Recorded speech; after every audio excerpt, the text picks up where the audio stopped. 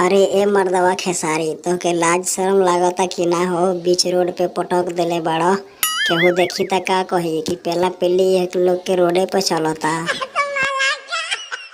अरे ना हो काजल, केहू कुछ ना कही। हम एने आई रहनी बिहीन कवारे खातिर त तू भेटा गइलू। ऐसे सोचनी कि तनी अपना मुंड फरिश करल जाई। अरे छोड़ो, जल्दी छोड़ो, हम हो आइल बानी धान रोपे। जाके धान रोपम, कादो हो गइल बा खेत हमर।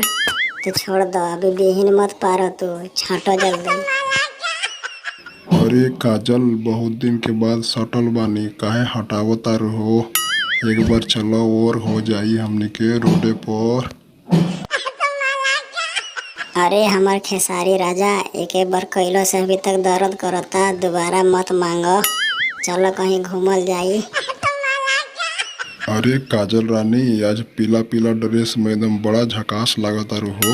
वही खातिर तोहके पटक देले बानी। एकदम पूरा निमन लौकतारू, लिपस्टिक लगा के आइल बाड़ू एकदम।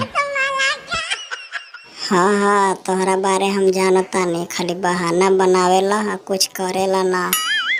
लिपस्टिक लगा के आइल बानी तो पैसा देबा? बोला और कुछ लगा के आइम कल।